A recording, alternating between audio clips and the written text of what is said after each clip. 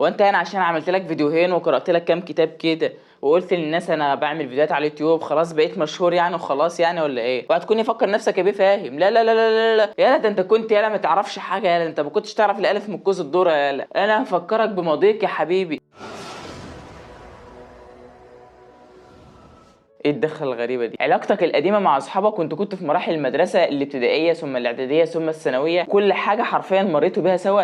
تعرف كل اللي انت عملته ده يا صديقي اوعى تكون مفكر انه هيتنسي. لا، ازاي؟ لما توصل لمرحله الانجاز وانت كبير، مثلا انت بقيت مثلا مثقف، عرفت معلومتين فبتفيد بيهم غيرك، مثلا بقيت دكتور محترم جدا، مثلا مهندس وكنت شاطر جدا، شفت كل النجاح ده يا صديقي، انت شخصيا او عقلك الباطن يا صديقي ما بيعترفش بالنجاح ده. بالظبط كده يا صديقي، زي ما احنا لسه شايفين في الميمز، صاحبك هو ده الشخص الوحيد اللي مش هيعترف بنجاح. احنا في عقلنا الباطن او اي واحد فينا عقله الباطن مترسخ انه ما ينفعش يعترف بافضليه غيرك، لان لما انت تعترف بافضليه غيرك فانت كده بتعترف ان هو بقى افضل منك. طب ليه عقلك الباطن مش هيعترف ان هو بقى افضل منك؟ علشان ده صاحبك اللي انت بدات الطريق معاه سوا وانتوا كنتوا صغيرين، وبعد كده في وقت من الاوقات بقى صاحبك ده في اعلى القمه وانت لسه زي ما انت. الموضوع مش سهل زي ما انت متخيل، هثبتها لك كده بطريقه سلسه. احنا ليه ما بنقارنش نفسنا مثلا بالناس المشاهير جدا اللي هم فعلا معاهم فلوس جدا، زي مثلا ايلون ماسك او مثلا مارك او مثلا اغنى 10 على مستوى العالم؟ احنا ليه ما بنقارنش نفسنا بيهم؟ او بلاش اغنى 10 شخصيات على مستوى العالم،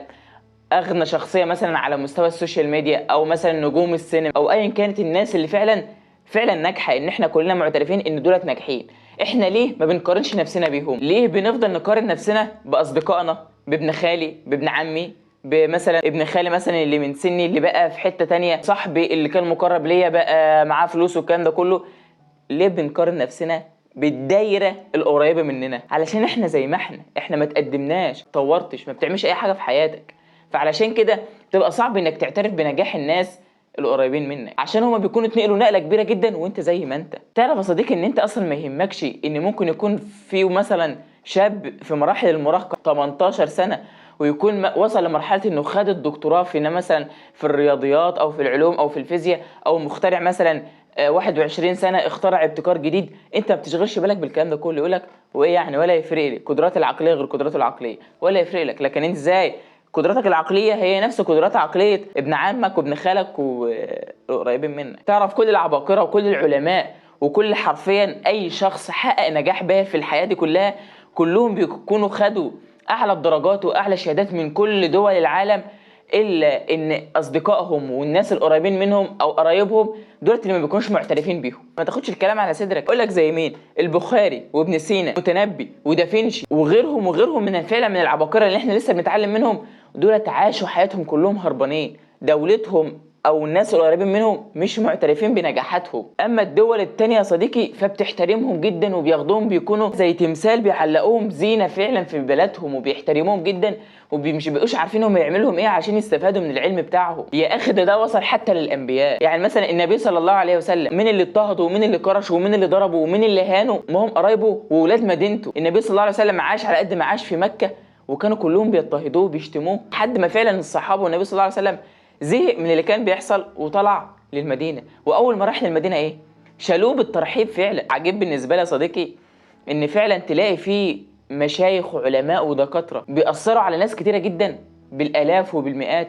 ممكن واحد بس بيطلع مثلا على الستاند كده ويقنع مثلا الاف الناس بانهم يعملوا حاجه معينه او يغير حياتهم، الا انه ما بيعرفش يأثر على اهل بيته او على ابنه او على ابن عمه. اقرب الناس ليه ما يعرفش يأثر عليه؟ الحوارات دي كلها بترجع بسبب ايه؟ انت الشخص اللي قدامك ده بيبقى عارف زي ما بقولك تاريخك الاسود كله، بيبقى عارف دنيتك كانت ماشيه ازاي. حتى لو انت كنت ايه بقيت حته تقيله جدا يقول لك لا لا لا انت فاكر انت كنت بتعمل ايه يا باشا؟ زي ما الميمز كان بيتريق علينا في اول الفيديو. لا لا لا لا طب يا عم اصبر، طول بالك بس، طول بالك. طب انا مالي انا مالي.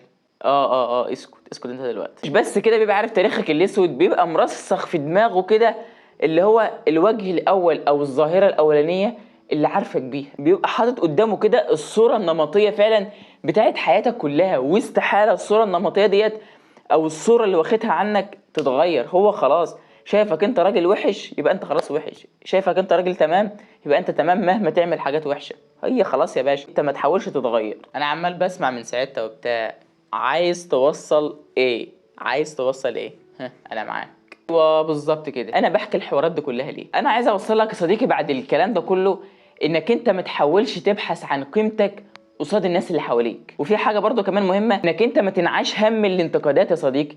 كده كده اللي حوالينك دولت هتاخد منهم انتقادات، ما تستناش منهم انهم يعترفوا بكم الانجازات اللي انت عملته. اما بقى الحاجه المهمه صديقي، انت عارف ان صاحبي ده طول عمره فاشل، ولما يوصل لمرحله انه بقى فعلا حاجه جامده جدا ما اقولش ده كان وكان وكان وكان، لا، لازم تعترف بحق نجاحه. فدي اهم حاجه بالنسبه لنا على المستوى الشخصي، لازم تعترف بنجاح غيرك. واخيرا بقى يا صديقي، ودي حاجه مهمه برضو، علشان انت ما تصابش بحاجه اسمها النرجسيه وتفكر انك انت افضل من الامام ابو حنيفه. اللي دخل الامام ابو حنيفه في الموضوع، الامام ابو حنيفه يا صديقي ما كانتش معترفه بالفتاوي بتاعته، فكانت بتمشي مسافه طويله جدا عشان تسال فقيه اسمه ايه، زرعه القاص. فلما كان يستمع لها كده عشان يديها الاجابه، فكان يبتسم كده يقول لها ايه، القول ما قاله الامام ابو حنيفه. وصلت يا صديقي ولا ما وصلتش؟ اتمنى ان يكون الفيديو يكون فيه رساله فعلا وصلت. اتمنى فعلا انك انت لو انت عندك الخصه دي لازم تبطلها. كلنا لازم نعترف بنجاحات غيرنا مهما كان شريطه الاسود ايه، فهو في النهايه اسمه نجاح. اتمنى تكون الرساله وصلت، واتمنى تكون استفدت في الفيديو. ما تنساش بقى اللايك والشير وشويه الحاجات الحلوين دولت عشان كالعاده نستمر في نشر الفيديوهات. كان معاكم محمد يدك، والى اللقاء في فيديو جديد. سلام.